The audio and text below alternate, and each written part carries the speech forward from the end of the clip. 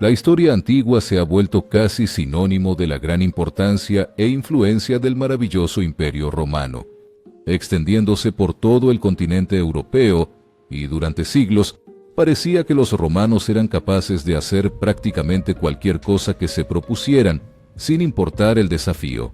Entonces, ¿por qué se detuvieron donde lo hicieron? ¿Hubo alguna razón por la cual Roma nunca conquistó Germania? El hecho de que Germania nunca cayó bajo la corona romana no se debió enteramente a la falta de intentos por parte de Roma. Aunque hubo un momento en que los romanos decidieron evitar la región, al principio no fue así. Inicialmente, Germania era en realidad un objetivo del Imperio Romano, tras asegurar Cadia.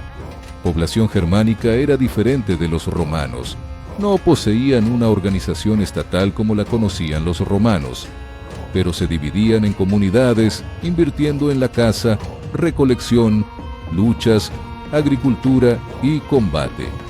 Tenían una fuerte conexión con la naturaleza y no contaban con colegios sacerdotales, como era común en la cultura romana. Al principio, los romanos eran politeístas, y los colegios sacerdotales en Roma estaban dedicados a uno o varios dioses, como Sani, que veneraban a Marte. Otro colegio sacerdotal muy importante fue la Comisión de los 15, cuya función era proveer la historia de Roma.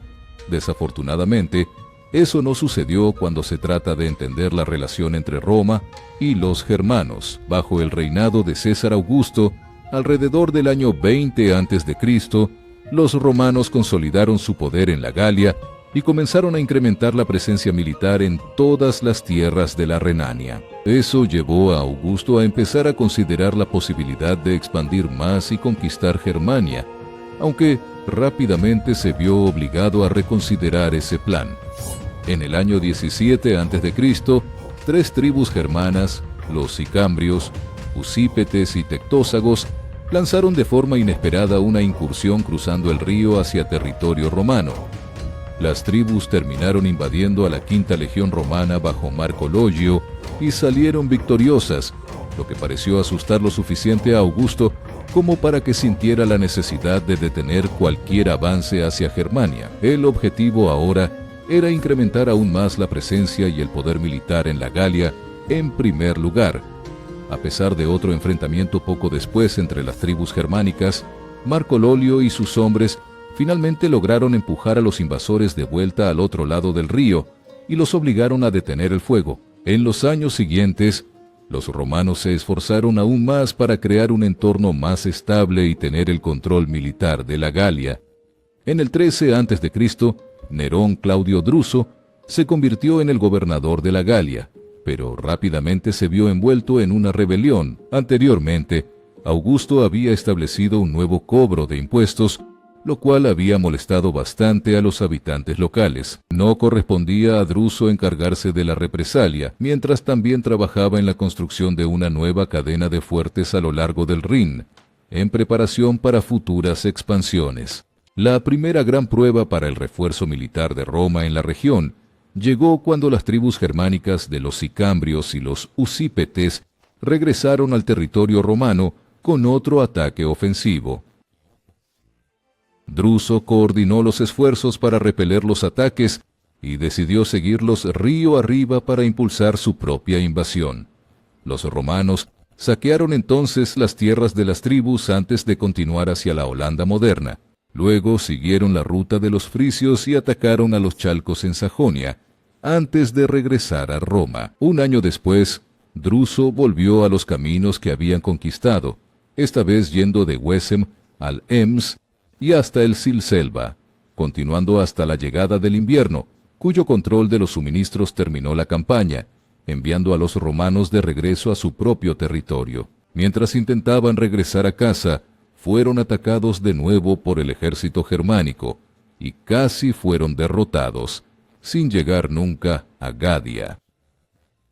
En el año 10 a.C., Druso emprendió otra campaña y se organizó para capturar las tierras de Chate y tribus germánicas vecinas por un breve periodo antes de abrir la senda de expansión una vez más al año siguiente.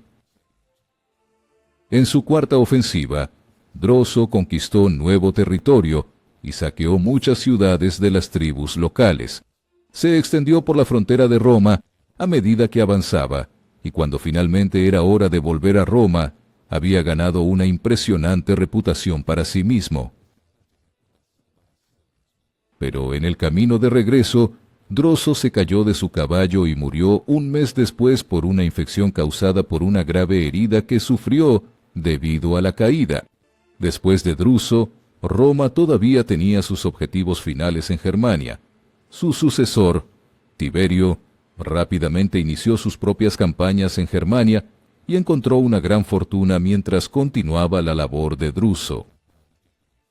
De acuerdo con el erudito romano Casio Dión, quien escribió sobre el siglo VI a.C., todos los germanos que vivían entre el Elba y el Rin se habían rendido a los invasores romanos. Esto significa que no solo Roma intentó conquistar Germania, sino que el imperio había tenido mucho éxito al llegar tan lejos y consolidar su autoridad, expandiéndose en los primeros siglos después de Cristo.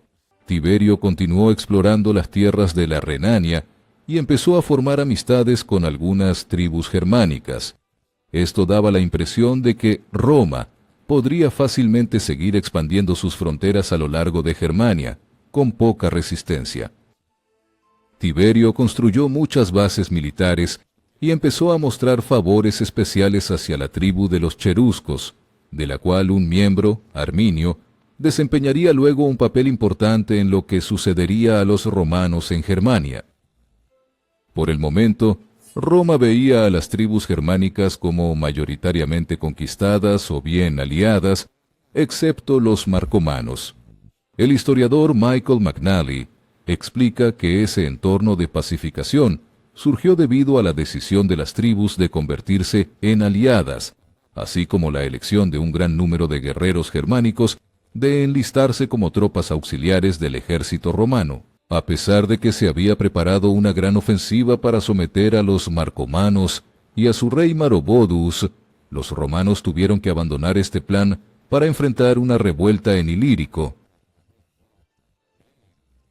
Como Tiberio estaba ahora ocupado con los Balcanes, el liderazgo en Germania se le dio a Publio Quintilio Varo, un político y general romano, que se quedó con solo 3 legiones para comandar.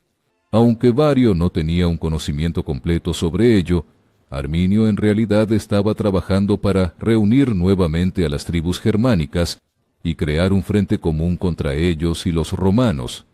Arminio era hijo de Sigimelio, líder de la tribu germánica de los queruscos. La propuesta de Tiberio al padre de Arminio era que, a cambio de apoyo, su hijo tendría la oportunidad de crecer en una educación militar y construir una carrera en el ejército romano. Arminio fue a Roma con solo 8 años y se ganó una buena reputación por su fuerza, disciplina y por recibir los derechos de ciudadano romano. Arminio se unió a las fuerzas romanas y participó en algunas batallas, como la revuelta en la provincia de Panonia. Fue entonces cuando empezó a simpatizar con la situación del pueblo durante la guerra, comparándolos con los suyos en el norte de Germania. De todos modos, su posición diplomática se ganó la confianza de los romanos. No se sabe con precisión qué motivó la revuelta de Arminio contra los romanos, pero se le atribuye mucho a sus primeros años en Roma, donde fue testigo de guerras brutales. Al ver por sí mismo la situación de su gente, se sintió subyugado. Esto tampoco fue todo, ya que al terminar el verano, Arminio creó un falso rumor de una supuesta rebelión lo suficientemente grande como para que se necesitara una acción inmediata por parte de Varus. La noche antes de que Varo partiera para sofocar la rebelión, el suegro de Arminio apareció para advertir al comandante romano. Insistió en que Arminio no era de fiar y que él era el responsable de la rebelión que estaba a punto de suceder. Varus descartó rápidamente sus afirmaciones y lo acusó de actuar por una venganza personal contra Arminio. Con esa creencia, Varo partió al día siguiente con Arminio a su lado, llevándolo por un camino desviado, y él afirmó que podría proporcionar la mejor posición para la emboscada. En algún punto del camino, los hombres se separaron así como Arminio. y supuestamente iban a salir para ganar apoyo de las tribus germánicas locales, pero en realidad él estaba reuniendo su propio ejército que había creado, sin que Varus lo supiera. Con un gran plan de guerra viene la estrategia, y Arminio quería unir a las personas adecuadas. Arminio eligió el bosque de Teutor Bugo porque no era un territorio romano. Los bosques eran difíciles de penetrar y los caminos muy estrechos. Además, el clima lluvioso ayudaba a crear el contexto que deseaba. Otro aspecto que dificultó la marcha de los romanos fue la necesidad de moverse por un bosque pantanoso, con senderos muy estrechos sobre montículos de arena. Normalmente estaban acostumbrados a marchar de 6 a 8 en fila, pero tuvieron que reducir la cantidad. La compañía de mujeres y niños, que cargaba objetos y otras pertenencias hacia el campamento, también hizo que el grupo avanzara más lento. Fue en ese momento cuando Arminio se unió a los germanos. Era una tarde que marcaba el final del verano. Gracias a la información proporcionada por el teniente Arminio, el gobernador estaba convencido de que impediría cualquier revuelta en la región. Comenzó una fuerte tormenta que obstruyó la visión de los romanos. En segundos, la marcha se interrumpió y comenzaron a gritar aterrorizados. Eran muchos soldados y los que estaban al fondo no lo notaron, pero los romanos al frente fueron bloqueados por los germánicos. De repente, numerosos guerreros germánicos surgieron y comenzaron a atacar con dardos y flechas a través del bosque. No era un número reducido, eran 30.000 combatientes. En poco tiempo, los romanos cayeron en la desesperación. El fiel consejero Arminio había desaparecido. La batalla del bosque de Teutoburgo también se conoció como el desastre de Varo. Mientras los romanos marchaban a través de un estrecho pasaje en el bosque, entre una colina y un pantano, totalmente fuera de cualquier formación de combate y apenas cabiendo en un espacio de unos 60 pies de ancho, las tropas germánicas comenzaban a llegar inesperadamente al lugar. Los romanos estaban en gran desventaja cuando los alemanes lanzaron su propio ataque. El terreno no favorecía a las tropas romanas, y además, Arminio conocía todas las estrategias después de haber sido criado en Roma como tributo de los rehenes de su padre. Sabía exactamente lo que podía y quería hacer, y siempre estaba un paso adelante con su propio mando. Los romanos fueron rápidamente devastados con numerosas bajas, mientras pasaban las siguientes 24 horas intentando desesperadamente recobrar fuerzas para contraatacar o simplemente huir. Faros pronto caería sobre su propia espada tras reconocer que no tenía otra forma de escapar, sin convertirse en otra víctima más de los germanos, y sus otros comandantes hicieron lo mismo o fueron derribados mientras intentaban huir. Las tropas romanas quedaron sin líder y rápidamente cayeron en una batalla desigual y cruel contra las tribus germánicas. El conflicto terminó con aproximadamente 15.000 víctimas y la eliminación completa de todo lo que provenía de ellos en Renania. Aunque los sobrevivientes de las legiones romanas en Germania lograron impedir que Arminio y sus tropas invadieran la Galia, no quedaba nada más que pudieran hacer en Germania. Cuando la noticia llegó al Imperio Augusto, se dice que estaba tan perturbado con la derrota que no paraba de gritar: «¡Varo, devuélveme mis legiones!», mientras golpeaba su cabeza contra la pared. Aunque existen muchas teorías sobre por qué este evento terminó con las ambiciones conquistadoras de Roma en Germania, una cosa está clara: Augusto no iba a tomar el riesgo nuevamente. Su heredero, por otro lado, sí lo haría. Envió a su sobrino Germano para vengar a las legiones perdidas, y ciertamente tuvo algo de éxito al principio, pero después de derrotar a Arminio y sentir que se había tomado suficiente revancha, los romanos se retiraron y decidieron quedarse del lado del Rin. Ante la derrota previa, cuya magnitud fue devastadora y que aún atormentaba la mente de los líderes romanos, decidieron que los posibles beneficios de apoderarse de toda Germania no valían los riesgos. Mientras hay una variedad de razones que pudieron haber contribuido a la nueva creencia romana de que Germania no ofrecía lo suficiente para asumir los riesgos que implicaría su conquista, no cabe duda sobre cuándo o qué causó un cambio tan repentino en el parecer. La ruta de la batalla del bosque de Teutoburgo dejó a Augusto y a Roma completamente atónitos.